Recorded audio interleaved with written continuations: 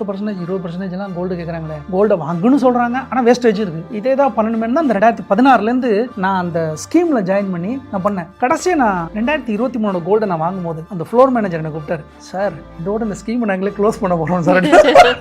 Wait accumulation ஸ்கீமில் போட்டிருந்தீங்க. ஏன்னா என் ஒய்ஃப்ட்ட நான் பர்பஸாக சொன்னேன், நீ எடுக்கிற கோல்டு அவங்க சொல்லியிருக்காங்க 0%, நீ கோல்டு தாறுமாறாக எடு, 25% போய் எடு, வேஸ்டேஜ் எங்கே அதிகமாக இருக்கும் அந்த கோல்டு எடுங்க. என் ஒய்ஃப் 22 எடுத்தாங்க. 46 பவுன் நான் வாங்கினேன்.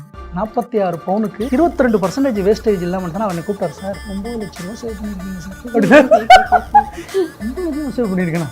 ஆமாம் சார், இந்த ஸ்கீமை எங்கள் எம்டிஏ எங்களுக்கு சொல்கிறாரு சார், இதோட க்ளோஸ் பண்ணிக்கலாமான்னு எங்களுக்கு ஒரு டவுட் இருக்குது, இல்லாட்டி மேக்ஸிமம் 15% வேஸ்ட் பண்ணி ஓகே, அதுக்கு மேலே இருந்தால் பே பண்ண சொல்லுங்கள் சார். ஏன்னா இந்த மாதிரிலாம் ஆமாம், அது ஒரு சில கடையில் வந்துட்டு 18%க்கு மேலே கிடையாதுங்களா. ஆனால் நான் 17 ஸ்டார்ட் பண்ணனால எனக்கும் அந்த ரிலேஷன்ஷிப் நல்லா இருந்தது. எனக்கும் அந்த மேனேஜருக்குலாம் ரிலேஷன்ஷிப் நல்லா இருந்துச்சு, அந்த கோல்டு ஜுவல்லரிக்கும் நல்ல ரிலேஷன் இருந்துச்சு. அதனால் நான் ஒருத்தரையும் மெயின்டைன் பண்ணிகிட்டே இருப்பேன். சார் கன்ஃபார்ம் தானே, ஜீரோ தானே, நான் இன்வெஸ்ட் பண்ணுறேன் சார், இந்த வருஷம் நான் 2 லட்ச ரூபா பண்ண போகிறேன், இன்னும் ஓகே தானே ஓகே சார் அப்படிம்பாங்க. லாஸ்ட் டைம் பார்த்தீங்கன்னா இப்போ என்னன்னா புது ஸ்கீம்ஸ் என்னென்னா ஒன்லி அப் டு 18%.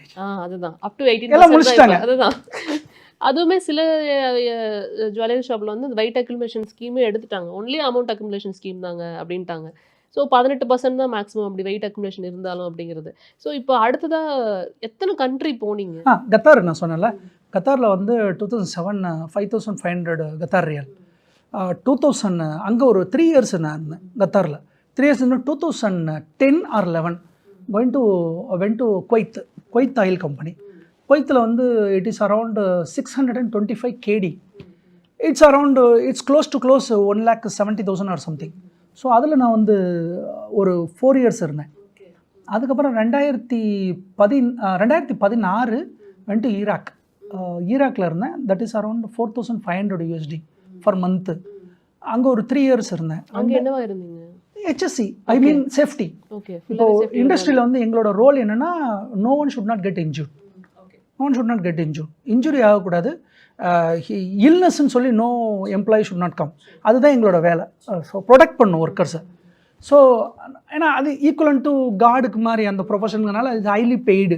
ஸோ அதுக்கப்புறம் என்ன பண்ணேன்னா 4500 2019 went to Dubai. It's Abu Dhabi job, island gas company.